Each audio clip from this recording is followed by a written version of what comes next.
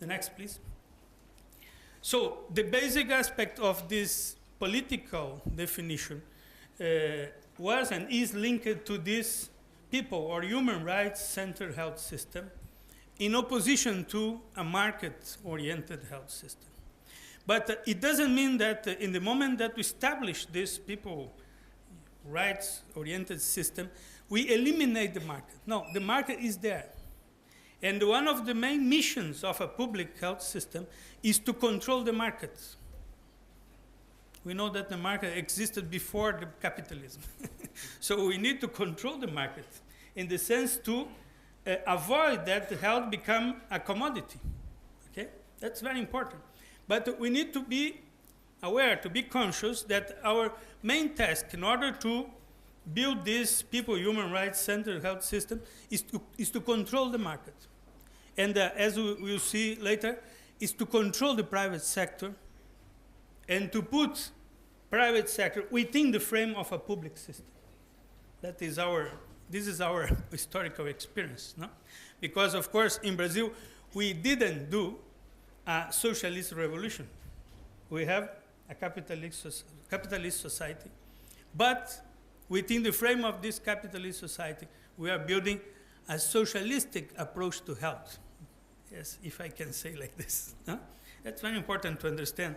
And it explains a lot of our contradictions and at the same time, most of our advancements. Next, please.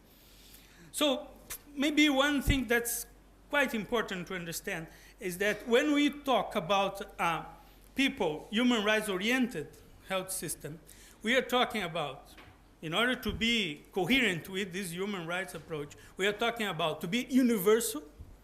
And to be universal means that everybody is included.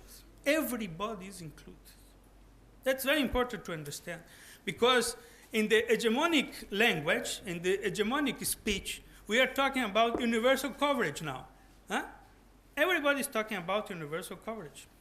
But in a different sense, in a sense that we will cover everybody with different benefits.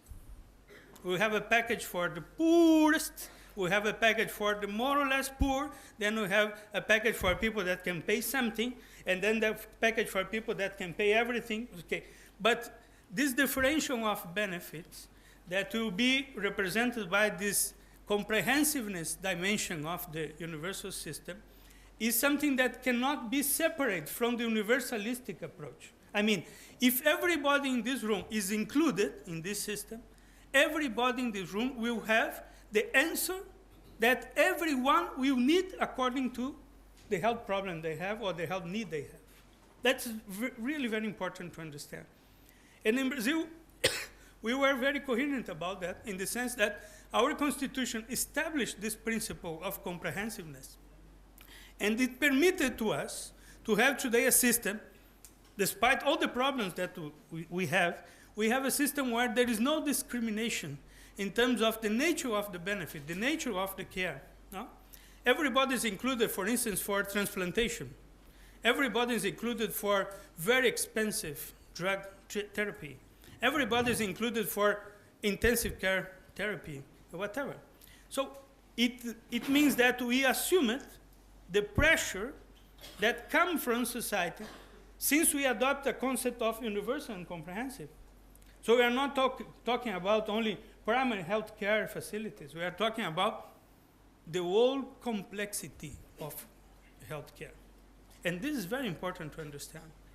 Because I cannot accept that in many countries around the world, we are talking about universal access, but depending on the capacity to contribute.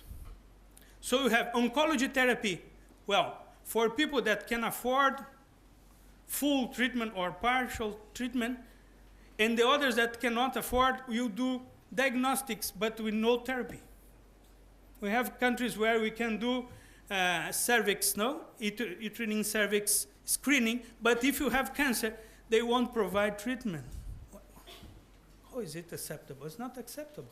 So the principle of comprehensiveness established that we need to put everybody in our equation, but everybody will be covered in the corresponding dimension of their needs. That's very important to build in our mind the dimension and complexity of the health system.